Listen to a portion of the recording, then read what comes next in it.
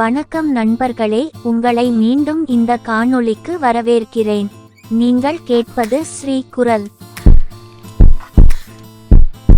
தோல்வி என்பது முன்னேற்றத்தில் வெற்றி.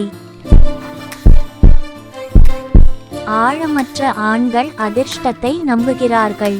வலிமையான ஆண்கள் காரணம் மற்றும் விளைவை நம்புகிறார்கள்.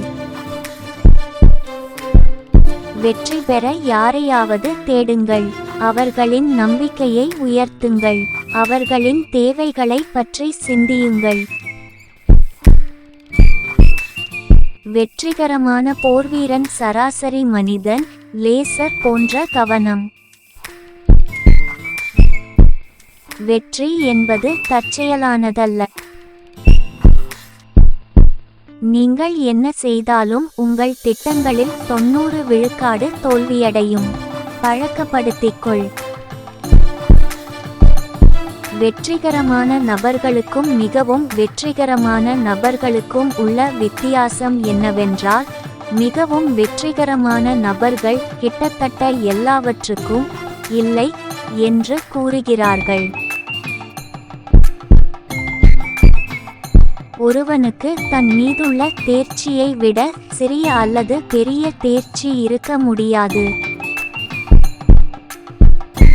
நம் வாழ்க்கையை ஆழமாகவும் மகிழ்ச்சியாகவும் வாழ்வது, நம் அன்புக்குரியவர்களை கவனித்து கொள்ள நேரம் இருப்பது, இது மற்றொரு வகையான வெற்றி, மற்றொரு வகையான சக்தி. மேலும் இது மிகவும் முக்கியமானது. முதலில் நீங்கள் வெற்றி பெறவில்லை என்றால் முயற்சிக்கவும், மீண்டும் முயற்சிக்கவும், பிறகு விலகுங்கள். இதில் முட்டாள்தனமாக இருந்து பயனில்லை.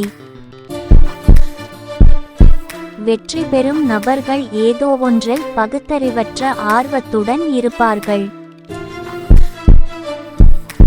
வெற்றிக்கான உறுதியான சூத்திரத்தை என்னால் கொடுக்க முடியாது, ஆனால் தோல்விக்கான சூத்திரத்தை என்னால் கொடுக்க முடியும். எல்லா நேரத்திலும் அனைவரையும் மகிழ்விக்க முயற்சி செய்யுங்கள். நன்றி நண்பர்களே, இந்த காணொளியை பார்த்ததற்கு.